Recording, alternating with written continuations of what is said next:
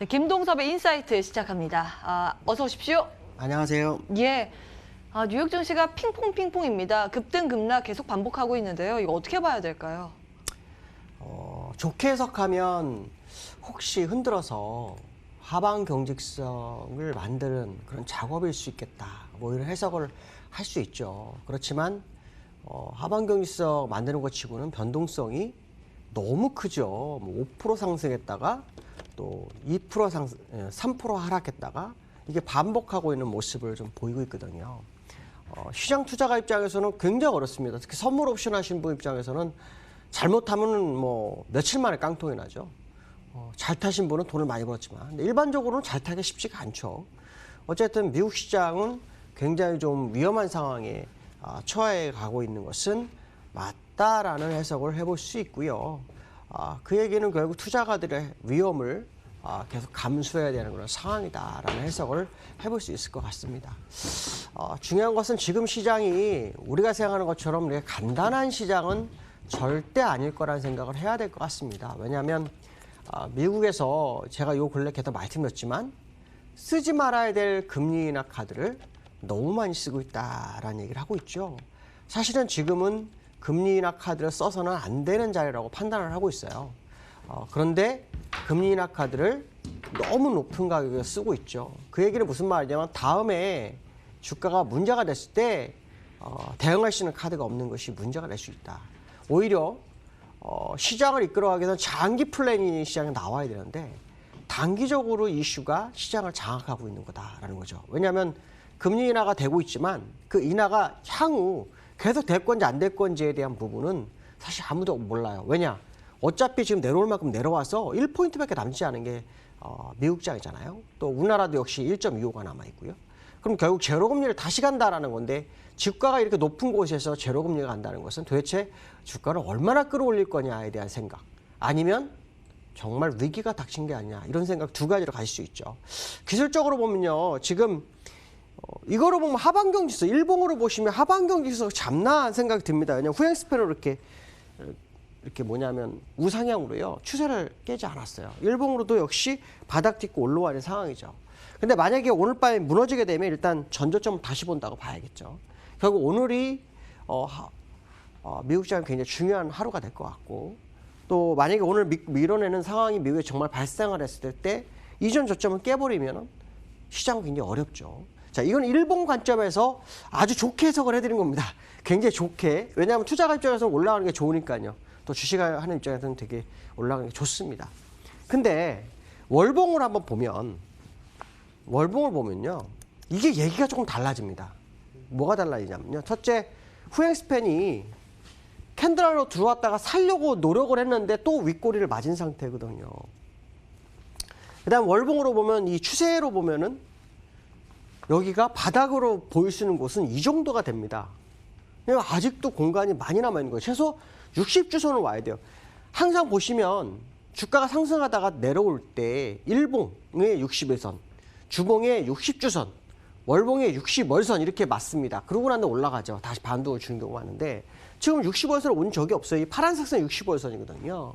그러니까 지금 상황으로 보면은 미국 시장이 월봉으로 보면은 조정이 끝났다고 하기가 너무 불안한 모습이고 또 하나는 뭐냐면 미국을 금리 인하로 유동성을 풀어준다고 하지만 경기가 나빠서 보다는 경기가 나쁠 수 있다라는 거잖아요.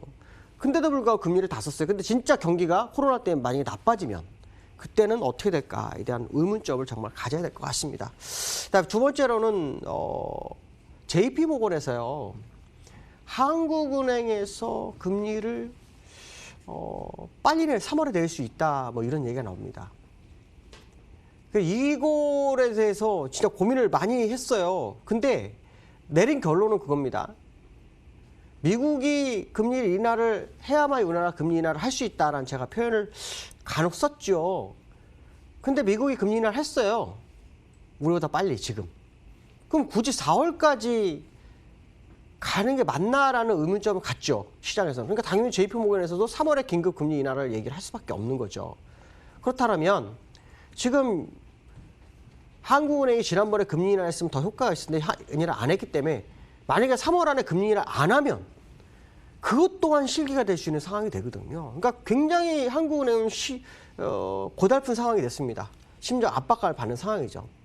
그렇다면 지금은 금리 인하의 기대감이 시장에 3월에 할 수 있다라는 기대감이 굉장히 클 수 있죠. 그렇기 때문에 이게 시장에 어느 정도 작용할 거냐에 대한 싸움이 될 것 같다. 만약에 이 부분이 해결되지 않는다면 어쩌면 시장에서 굉장히 원성이 좀 커질 수도 있겠다는 생각을 합니다. 왜냐하면 미국도 보름을 당겼거든요. 물론 과거에 2008년도에도 벤 버네키 의장이 서프라임 모임 때 문제가 돼서 미리 금리 인하를 한 적이 있어요. 예. 그와 같은 지금 상황이라고 판단하고 되니까. 근데 사실 제가 봤을 때 코로나 바이러스가 지금 그 상황인가에 대한 의문점이 있습니다.